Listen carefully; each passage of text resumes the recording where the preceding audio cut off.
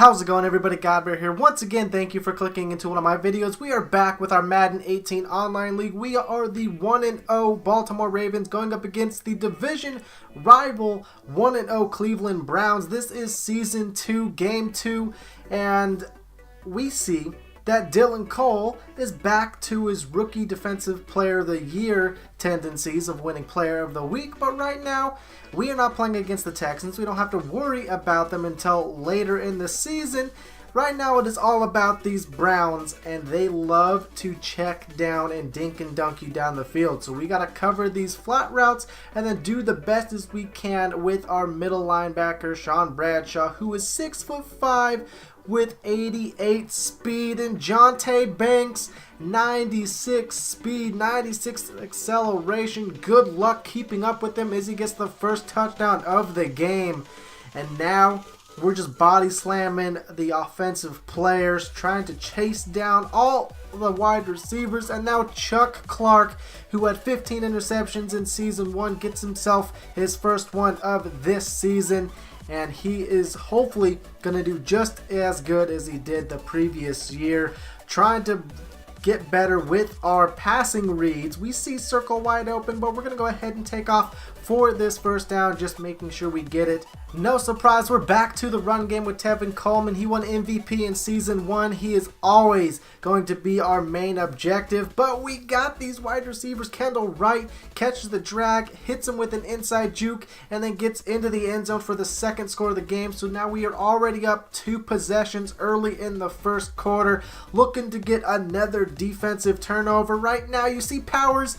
We were there to get at least a swatted pass. We turned into the wrong player and moved away from the tight end, so we allowed him to catch that one. But right now, trying to lock up everything, sending George Jenkins after him, and then we get the interception. Chuck Clark just showing what he can do with that toe drag swag on the sideline. And what I do want to share with you guys, you saw that I have a low overall free safety in a corner with Antoine Powers, who has 94 speed and 97 acceleration.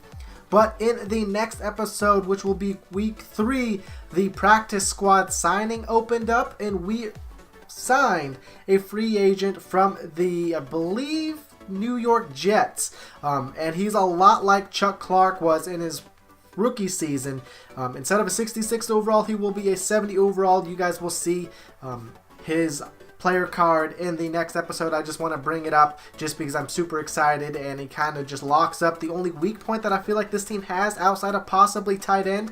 Gesicki isn't bad, but he's not the best tight end. He's very balanced. He's not really good at anything, but he's not bad at anything.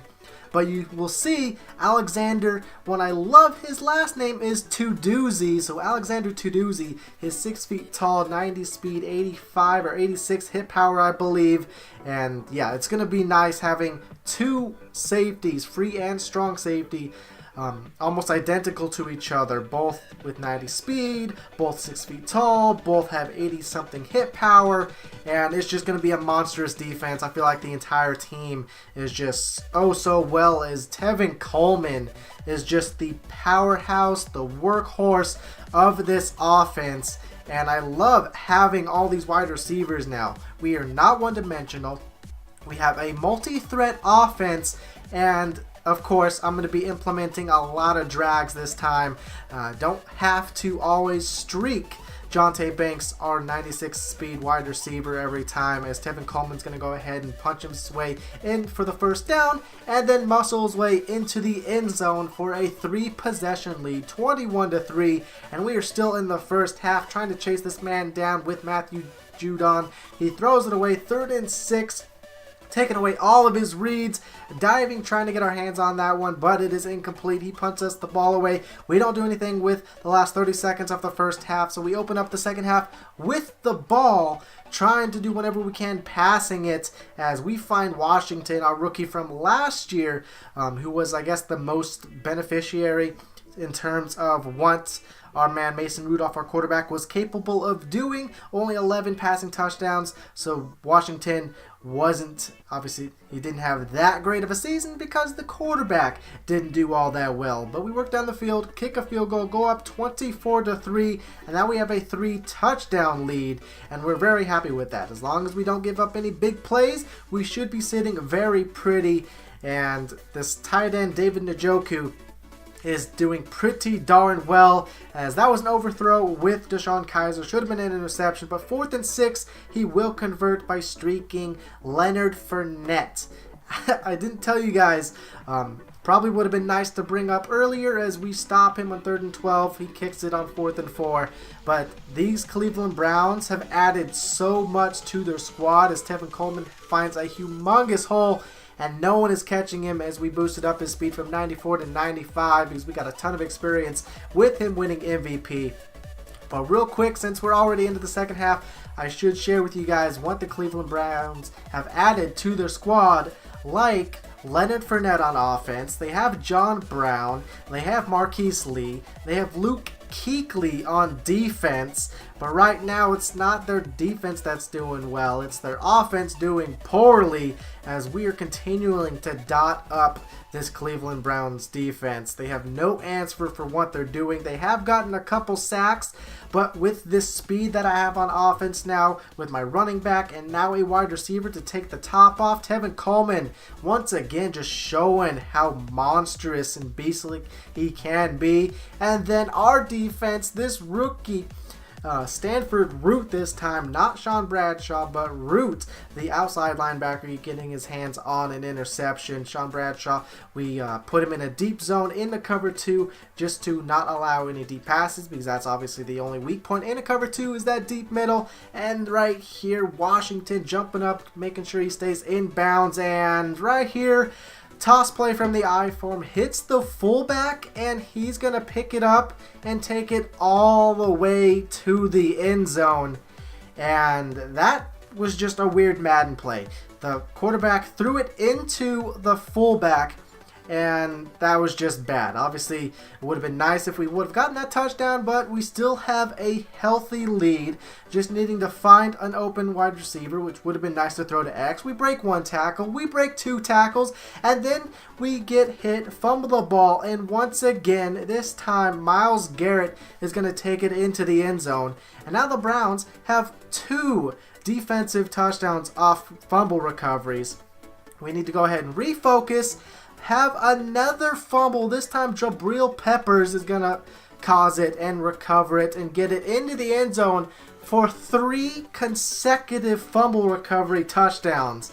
I don't know if I've ever had that happen. I was beyond frustrated at this point. I thought I was going to end up losing this game. Obviously, there's just under 2 minutes left. We still have a 13-point lead. We're going to go ahead and dot this man up with Jonte Banks getting another touchdown, doing very well, showing off that athleticism that he has. And now George Jenkins just going after this quarterback. He's forced to throw it out of bounds. And our defense has been locking it up. Obviously, every now and then we might give up a pass, just trying to get these sacks, watching the pressure a little bit more than we probably should be. And now Chuck Clark with his 3rd interception of the game. And not only an interception, we're finally going to get our defensive touchdown of our own. Deshaun Kaiser's not going to catch us. And I am so happy that we boosted Chuck Clark's speed by 2. He originally had 88 speed. He currently has 90 speed as Jimmy Smith is going to get his hands on an interception. This one is also going to be a defensive touchdown. And I will let you guys know, you guys will no longer see Jimmy Smith on the Baltimore Ravens. We're not going to trade him, but once we pick up Alexander Tuduzzi from the Jets practice squad, he won't be on the depth chart. As Tolliver II, our 4th string corner, gets his hands on another interception just to solidify this game. Yeah, Chuck Clark, we probably could have made him a 99 overall with all the experience that he earned, but we just wanted to make sure he had a nice even 90 speed. I feel like once you hit that 90 speed in terms of safety, you were just that much of a beast. As Tevin Coleman had 160 yards, John Brown is definitely the Browns' focal point on their offense in terms of the passing game. But Jonte Banks with 5 catches, 169 yards, and 2 touchdowns. So happy that we have that man. Him alone gives us a passing game. We'll try not to target him too much or stare him down as Chuck Clark gets those 3 interceptions. He also gets a pass deflection, which I'm happy with.